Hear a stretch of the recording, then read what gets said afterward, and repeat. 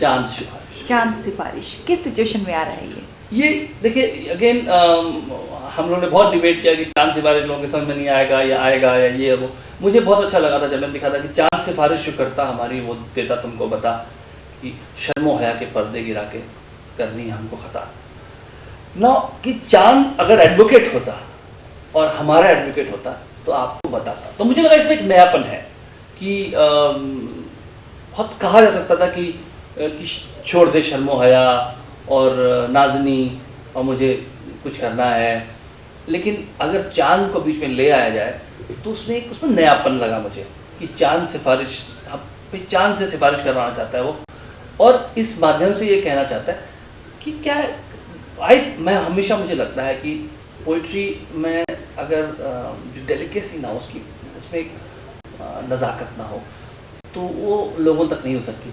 कविता इसीलिए कविता के माध्यम से इतनी बड़ी बड़ी बातें कह दी गई जो कि शायद प्रोज के माध्यम से संभव नहीं थी हमारे फिल्मों में। आज सजन मोहे अंग लगा ले जन्म सफल हो जाए, इतना इरोटिक है, इतना ज़्यादा ओवर्ट है कि अगर आप इसको प्रोज में लिखें इस बात को तो शायद तबाही हो जाए। लोग कहीं क्या कहा जा रहा है, एक लड़की के लड़के से ऐसे कैसे कह सकती है। मगर जब वो कविता के माध्यम से कहती है तो शब्दों की नज़ाकत, उनको जो इससे पिरोया गया है, सभी लोगों को वो सुनने में अटपटा नहीं लगता, बुरा नहीं लगता, क्योंकि सच तो है। डिज़ायर तो गलत नहीं है, डिज़ायर तो झूठ नहीं है। डिज़ायर को आप कैसे व्यक्त करते हैं वही सारी कला है। और मुझे लगता है कि चांद जब सिफारिश करता है क्या कह रहा है वो कि शर्म हम छोड़, लेट्स आज तो लोग let's do this let's do that कहने लगते हैं, पर मुझे लगता नहीं कि लोगों को एक हमारी जो मर्यादा है, कविता की मर्यादा और समाज की मर्यादा साथ साथ चलती है। और कविता तभी सफल होती है जब वो उन सब मर्यादाओं का ध्यान रखते हुए बात को नज़ाकत से कहते हैं। और यही इसमें कोशिश है कि मुझे I want to be close to you, मैं आपके पास आना चाहता हूँ। बहुत मोटी सी बात है, लेकिन उसको कहा गया कि चांद सिफारिश जो करता हमारी देता वो तुमको बता, तहजीब शर्मो हया के पर्दे गिरा के करनी है हमको खता। अब खता क्या है सबको पता है, और शर्मो हया के पर्दे गिराने का मतलब क्या ये भी पता है, लेकिन वो बात जो है उसकी मर्यादा नहीं नष्ट होती, ये कोशिश है। प्रसून, आपने बताया था कि इस गाने को स्टैब्लिश करवाने में या तो उसे फिल्म में डलवाने में आपको थोड़ा शायद कुछ डिबेट नहीं, चांद सिफारिश वाली बात पर हम लोगों का डिबेट चल रहा था। कुणाल, मैं और आदित्य चोपड़ा जी बैठे थे और काफ़ी, और जतेंद्र जी, कि ये बात समझेंगे लोग। और मैं ये मानता हूँ कि हमारे यहाँ कविता का इतना ज़बरदस्त ट्रेडिशन है कि ज़रूर समझेंगे हम लोगों ने। मतलब अगर आप पास्ट देखें हमारे देश का तो सबसे पहले कवियों का नाम आता है। कालिदास का नाम आता है, मिर्ज़ा गालिब का नाम आता है, कबीर दास का नाम आता है, तुलसीदास का नाम आता है, पोएट्स का नाम पहले आता है।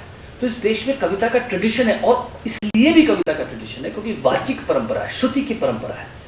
क्योंकि कहकर याद रखने, कहने के माध्यम से याद रखकर हमने अपनी संस्कृति को संजोया है। हमारा रिकॉर्डेड हिस्ट्री नहीं थी, हमारे यहाँ डॉक्यूमेंटेशन, रिटन डॉक्यूमेंटेशन तो बहुत लेट चालू हुआ है। तो हमारे की जो विजडम थी वो हमेशा कविता के माध्यम से आगे बढ़ी है। कबीर दास स्वयं इलिटरेट थे, अनपढ़ थे, लेकिन फिर भी कविता करते थे, क्योंकि कविता जो है उसके माध्यम से बात आगे पहुंचती थी, उसमें एक रिदम होता था। काल करे सो आजकल, विजडम है, काल करे सो आजकल, आज करे सो अब पल में प्रलय होएगी, कब बहुरी करोगे कब। तो एक जो बात जिसको वो चाहते थे कि लोग जाने, याद रखें, उसको कविता में पिरो दिया जाता था। सो इस देश में कविता का ट्रेडिशन है, यहाँ पर कविता में बहुत कुछ लोग समझते हैं, ये हमारे खून में है।